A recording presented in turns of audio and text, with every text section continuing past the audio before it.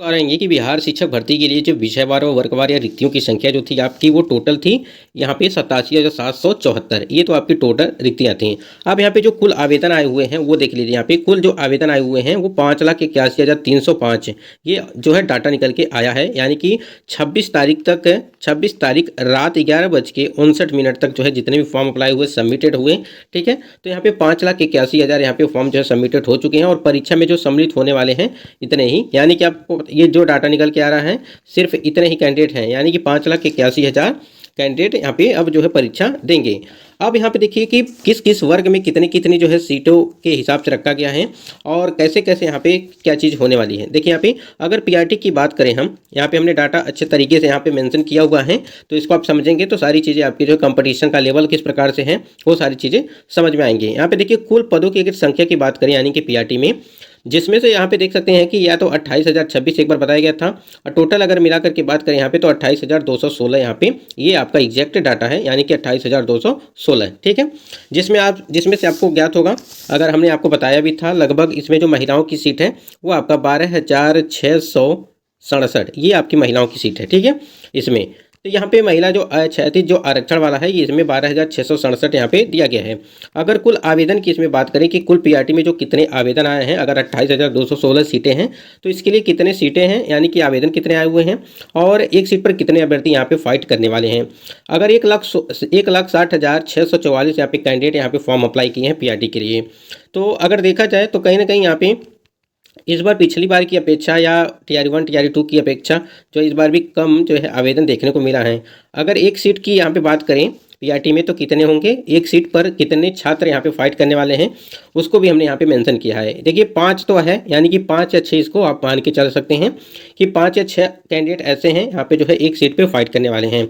यानी कि अगर एक सीट है तो आपको 5 या 6 अभ्यर्थियों में से किसी एक का यहाँ पे सिलेक्शन होगा, इस तरह आप समझ सकते हैं। ठीक है, तो इसके लिए आपको जो है समझिए कि कंपटीशन है, मीडियम में है एक तरह से देखा जाए तो यहाँ पे मीडियम मान सकते हैं कि कंपटीशन का लेवल क्या होने वाला है।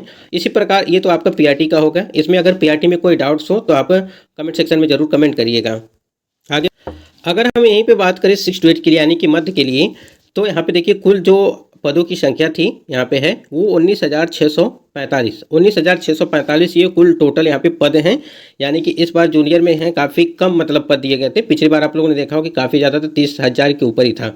उसके बाद यहाँ पे देखिए कुल जो आवेदन आए हुए हैं इसमें 2,13,940 ये आपका डाटा है और एग्जैक्ट डाटा है आपका 2,13,940 ये दिया गया है।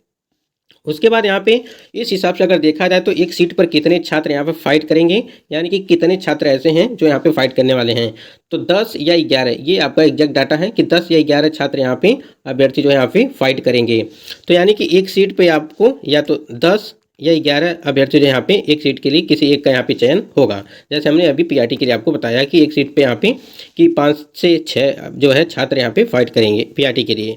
उसी प्रकार यहाँ पे जो कंपटीशन का लेवल है यहाँ पे काफ़ी मतलब हाई है। अगर देखा जाए तो यहाँ पे कंपटीशन का लेवल हाई यहाँ पे रखा जाएगा, क्योंकि इसमें सबसे ज़्यादा जो है 6 to 8 के लिए यहाँ पे पीआरटी जो आपके डीएलएड वाले हैं और डीएलएड वाले और बीएड वाले हैं दोनों यहाँ पे फॉर्म अप्लाई किए होंगे कहीं ना कहीं। उसके बाद माध्यमिक के लिए यहाँ पे डाटा जो दिया गया है यानी कि 9वीं और 10वीं के लिए, तो कुल पदों की जो संख्या है यानी कि कुल पदों की संख्या यहाँ पे 16,970 दिया गया है। आपकी टोटल सीटें इतनी हैं। तो अगर 16,970 सीटें हैं तो यहाँ पे जो कुल आवेदन आए हुए हैं इसके लिए वो 1,44,735 यहाँ पे जो है आवेदन आए हुए हैं।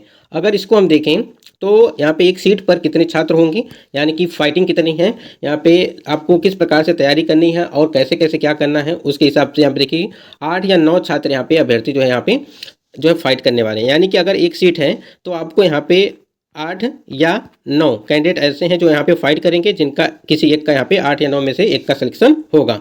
तो ये चीज़ें हैं, कंपटीशन का लेवल है इसमें भी हाई समझिए एक तरह से। जैसे आप लोगों ने देखा कि 6 to 8 की बात करें तो उसमें भी 10 या 11 अभ्यर्थी ऐसे थे कैंडिडेट। उसी प्रकार यहाँ पे 8 या 9 अभ्यर्थी मान के चलिए, तो यहाँ पर भी कंपटीशन लेवल काफ़ी हाई होने वाला है। यानी कि दो तरह, यानी कि 6 to 8 और 9 to 10 ये दोनों में काफ़ी ज़्यादा यहाँ पे कंपटीशन यहाँ पे काफ़ी तेज़ है।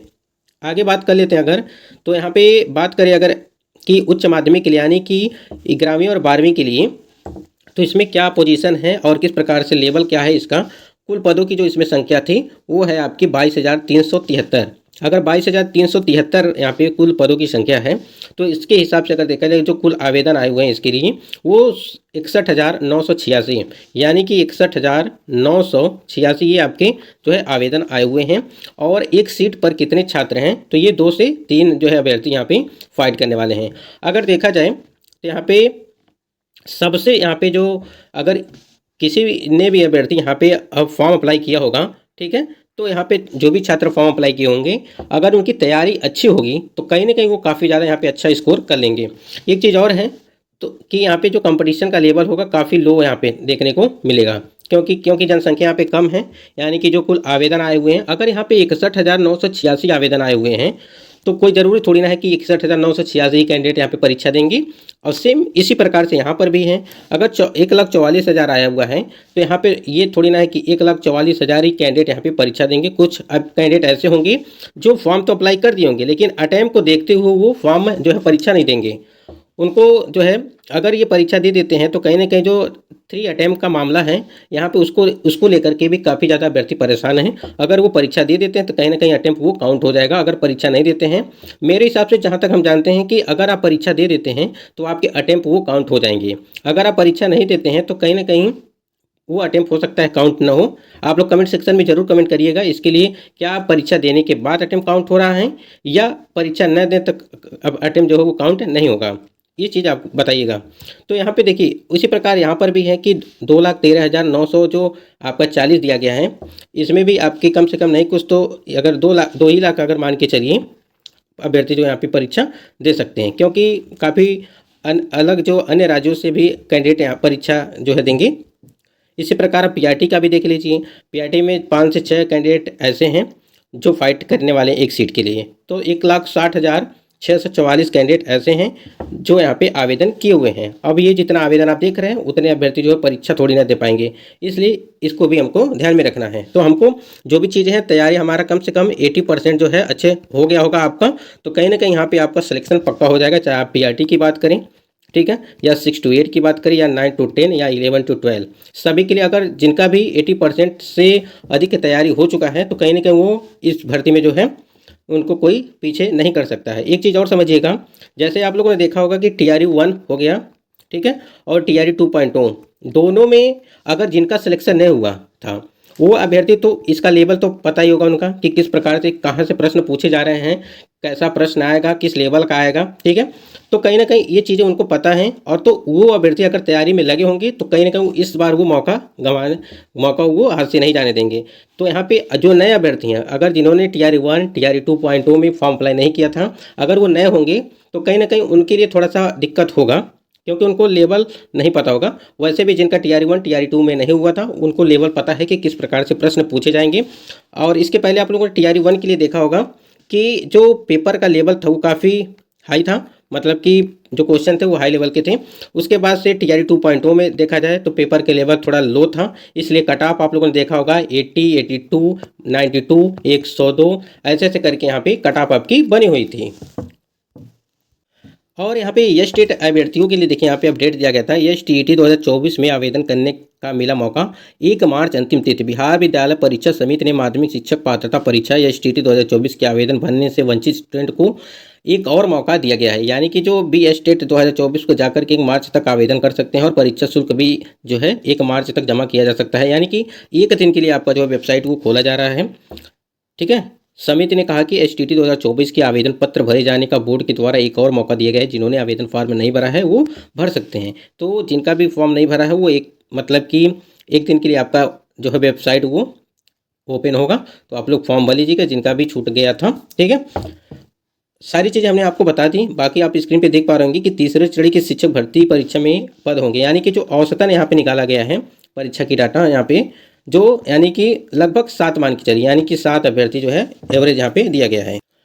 उसके बाद यहाँ पे हम तो बात करेंगे कि थोड़ा सा कि इस बार जो एडिट के लिए यानी कि फॉर्म में जो एडिट का मौका है, क्या अगर परीक्षा की तिथियाँ बढ़ाई जाती हैं तो उसमें क्या एडिट के लिए मौका दिया जाता है। अगर देखिए तिथियाँ अगर परीक्षा यहाँ पे निरस्त होती हैं आगे तिथियां बढ़ाई जाती हैं, बदलाव किया जाता है, तो कहीं ना कहीं एडिट का मौका भी आपको हो सकता है मिल सकता है। वैसे तो उन्होंने कहा था कि अगर ज़्यादा कुछ गलती है तो आप जो है फॉर्म जो है दोबारा भरेंगे, तो अब तो लास्ट डेट भी ख़त्म हो गया है, तो कहीं ना कहीं यहाँ पे काफ़ी कन्फ्यूजन बना हुआ था।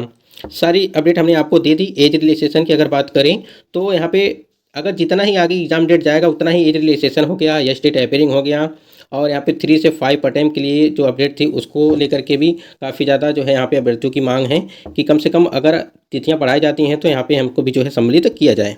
दोस्तों आशा करती हैं सारी डाटा हमने आपको जो भी चीज़ें दी हैं ऑथेंटिक दी हैं। वीडियो को लाइक कर दीजिएगा और चैनल पर पहली बार विजिट किया तो चैनल को भी सब्सक्राइब करके बेल आइकन को प्रेस कर लीजिएगा।